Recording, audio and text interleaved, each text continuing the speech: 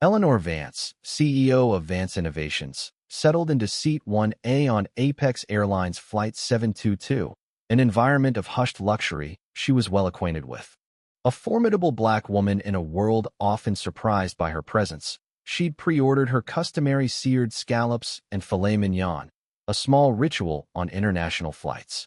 But when the flight attendant, Susan Miller, returned with a strained smile to inform her the meal was unavailable, something shifted. What should have been routine was about to ignite a confrontation far larger than anyone on board imagined. Eleanor knew, with a chilling certainty, it wasn't an error. The cold tone, the indifferent shrug, the perfunctory offering of a chilled sandwich while others around her were served caviar, none of it felt accidental. She was the only black woman in the cabin, and the disparity was palpable. This wasn't about food anymore. It was about being subtly, yet deliberately, dismissed. Again, Eleanor Vance, however, wasn't one to let such slights slide. Her journey to the helm of a tech giant, pioneering AI and data security, had been a testament to her resilience. Forbes had named her a global influential woman for 3 years running. This flight was taking her to Zurich to finalize a multi-billion-dollar deal, a venture that would not only expand Vance Innovations into Europe, but also herald a new era in tech, led by women like her. Her perfectly tailored crimson suit and the quiet confidence she exuded were a symphony of power. As she stowed her handbag, Susan Miller had approached, eyes barely registering Eleanor before turning with more warmth to a white male passenger behind her. Eleanor had merely smiled. She was used to this initial invisibility. Seat 1A, the premier spot, enveloped her in leather and quiet. Her pre-ordered meal wasn't about flaunting wealth. It was an affirmation of her hard-won place. She opened her tablet, the merger contract glowing on the screen, a deal 2 years in the making. "Good afternoon, ma'am. I'm Susan, and I'll be serving you," the attendant announced, her voice polite but her eyes holding a cool judgment as they swept over Eleanor. "I believe you received my reservation from last week," Eleanor stated, her voice soft but firm. Susan gave a slight, dismissive chuckle. "Yes, of course. We'll serve you once we're stable." The barely perceptible sneer as she turned away didn't escape Eleanor. Another attendant, David Kent, passed, warmly greeting Mr. Peterson, Mr. Davies, and Mr. Harrison behind her by name, their laughter and clinking glasses a stark contrast to the chill Eleanor felt.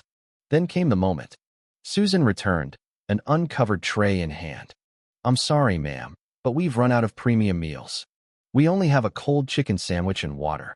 Her tone was devoid of regret. Eleanor narrowed her eyes. "I pre-ordered last week. There's an email confirmation, booking reference, and reminder texts from Apex." Susan shrugged. Maybe the system wasn't updated. "It happens." She walked away without apology. The luxurious cabin faded. There was only the cold sandwich, a symbol of denial. Eleanor watched Susan's retreating back, not the demeanor of someone who'd made a mistake, but of willful indifference. Her gaze swept the cabin. The men behind her sipped champagne, discussing markets, oblivious or accustomed to such scenes. David Kent moved by, refilling their glasses, offering hot towels. No one spared Eleanor a glance. But Eleanor Vance was not one to be silenced by such indignities. Beneath her calm, a storm was brewing. She recalled entering the Sterling Capital boardroom at 33. A man there had asked the secretary for coffee, assuming Eleanor was her. "I'll bring it," Eleanor had smiled. "If you agree to let me present the $15 million security plan right afterward." The room went silent.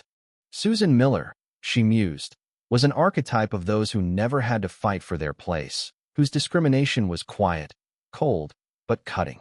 Eleanor discreetly opened her phone, accessing Vance Innovations' internal security management app. With a few taps, she pulled up public-facing staff information for Apex, cross-referencing with the flight manifest. Susan Miller. A quick, encrypted message went to Maya Jones, her brilliant executive assistant. "Activate emergency audit protocol. Flight 722, cabin crew IDSM 407. Confirmation in 10. Maya, trained for crises, wouldn't question, she'd act." As the main meal service began, the other passengers were served their elaborate meals. Eleanor opened her smartwatch. Maya's confirmation arrived, Susan Miller's profile accessed. 2 prior passenger complaints regarding service discrimination. An internal note about focusing on passengers who give better tips. No direct evidence of racism, but the implication was clear. The system had chosen silence. Eleanor signaled David, Kentucky. Mr. Kent, I have a question. According to Apex's internal policy, when pre-ordered premium meals are short, what criteria are prioritized? David hesitated. Usually, order time and flight frequency. I'm a Platinum Elite member, ordered 7 days ago, confirmed. In this cabin, I'm the only one not served a premium meal.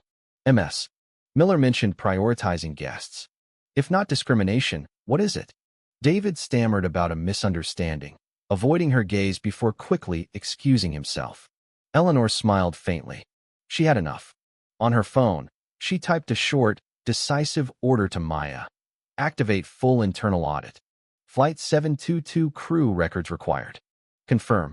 Across the ocean, Vance Innovation Systems, with their formidable data retrieval capabilities, began to work, accessing publicly available information and cross-referencing with partner-shared data where ethical agreements allowed for VIP service integrity checks.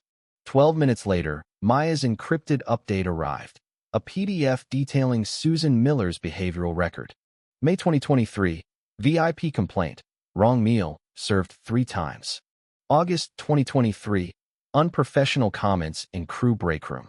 November 2023, operations requested temporary suspension. Each ended. No formal disciplinary action. Eleanor clenched her fist, face calm. Susan wasn't just flawed. She was a product of a culture that rationalized discrimination. She extracted a section of Apex's internal policy. Any discriminatory or biased behavior, if corroborated by repeated actions, will be dealt with according to industry ethical standards. She pressed send, forwarding a summary report and an investigation request to Apex Airlines CEO, Robert Sterling, CCNG, 3 legal advisors known for handling discrimination lawsuits. Just one line. Request internal investigation, Flight 722 crew. Urgent.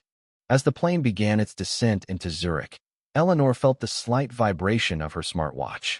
Maya, full behavioral analysis, including cabin video footage excerpts, were available from public passenger uploads and cross-reference service time discrepancies, sent to Service Ethics Board. Code Zurich 1A. When the plane docked, Eleanor unbuckled her seatbelt. At the door, 2 men in dark suits waited: Andrew Ellis, Apex's European Regional CEO, and a woman from Legal Affairs. Welcome, MS. Vance. We sincerely apologize for. Eleanor glanced at them, her voice clear. No need to apologize. This is just the beginning. Meanwhile, as Susan Miller and the crew exited via the rear, they were met by HR and crisis coordination. Flight 722 crew, please proceed to the emergency meeting room. Susan's face froze. Within hours, an emergency board meeting was convened at Apex headquarters. The complainant, Eleanor Vance. Robert Sterling, Apex's CEO, known for his reformist views, had the 23-page report before him. Maya Jones joined remotely. We're not looking for an apology, Maya stated. Vance Innovations needs action, confirmation your system doesn't tolerate subtle discrimination. She presented clips of Susan's dismissive tone, the stark service time disparities. We can't cover this up, Sterling declared. From this moment, all members of Flight 722 crew are suspended. The investigation will be extended. We will issue a public apology to MS.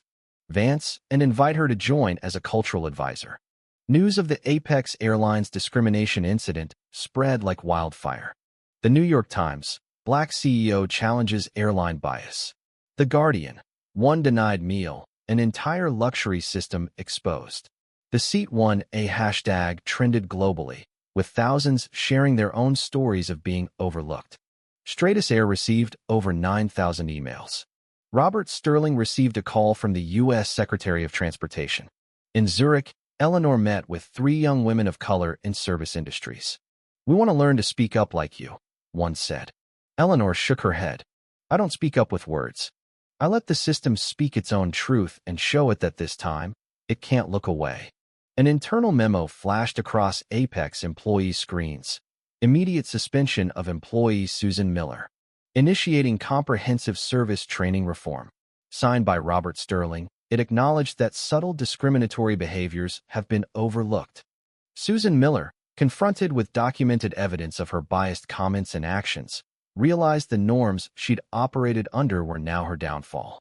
3 days later, Apex Airlines held a press conference. Eleanor Vance, in an ivory suit, spoke. "I'm not here to be angry. I'm here because there are people in seat 34F considered unworthy of attention because of their skin color or accent. I'm asking for a system that doesn't exclude me because I don't look like the usual passenger in seat 1A. The outcome was transformative. Mandatory unconscious bias training for all Apex flight attendants, a direct VIP feedback channel, and Celeste invited as a strategic advisor for a new, redefining luxury program." Months later, flying to Cape Town, Eleanor noticed a small nameplate at seat 1A, reserved seat of change. "We remember you." She smiled. A denied meal, a cold gaze small acts had exposed a system. Eleanor Vance hadn't shouted. She'd simply, quietly, made an empire reflect, and in doing so, changed it forever. Her story resonated. True power isn't about volume, but the right action at the right time.